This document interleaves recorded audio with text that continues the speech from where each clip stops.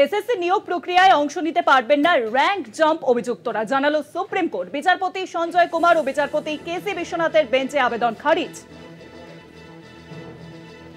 আর এই বিষয়ে বিস্তারিত আলোচনা করব। নিউজরুমে এখন সঙ্গে রয়েছেন আমাদের প্রতিনিধি পীযূষ কান্তিনাথ। পীযূষ দা, সুপ্রিম কোর্টের তরফ থেকে কি জানানো হলো? দেখো, এসএসসি নিয়োগ প্রক্রিয়ায় সুপ্রিম কোর্টের নির্দেশে 26,000 চাকরি বাতিল হয়েছিল এবং এই 26,000 চাকরি বাতিলের মধ্যে যোগ্য এবং অযোগ্যদের ভাগ করা না জন্যই এই বাতিল হয়। পরবর্তীকালে রিভিউ পিটিশনের মাধ্যমে 31শে ডিসেম্বর পর্যন্ত এসএসসির সেই চাকরি বহাল থাকে নবম, দশম, একাদশ, দ্বাদশ শ্রেণীর পরীক্ষায় চাকরিপ্রাপ্ত শিক্ষকদের। কিন্তু এর মধ্যে নতুন নিয়োগ প্রক্রিয়ার শুরুর নির্দেশ দিয়েছিল সুপ্রিম কোর্ট এবং যে নির্দেশ কলকাতা হাইকোর্টও দিয়েছিল। এই নতুন নিয়োগ প্রক্রিয়ায় অংশ নেওয়ার জন্য যারা র্যাঙ্ক জাম্পিং করে চাকরি পেয়েছিল তারা সেই পরীক্ষায় বসার জন্য আবেদন জানায় সুপ্রিম কোর্টের কাছে।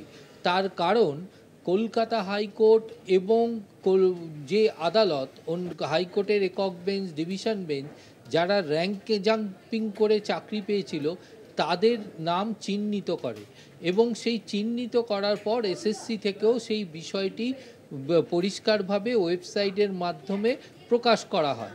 এই যে র্যাঙ্ক জাম্পিং করে যারা চাকরি পেয়েছিল তারা নতুন পরীক্ষায় বসার জন্য যে আবেদন জানিয়েছিল সেই আবেদন কলকাতা হাইকোর্টে নাকচ হওয়ার পরে তারা সুপ্রিম কোর্টে আবেদন জানায়। সুপ্রিম কোর্ট পরিষ্কার জানিয়ে দিয়েছে যে তারা এই নতুন বিচার প্রক্রিয়ায় নতুনভাবে অংশগ্রহণ করতে পারবেন না এবং তাদের আবেদন খারিজ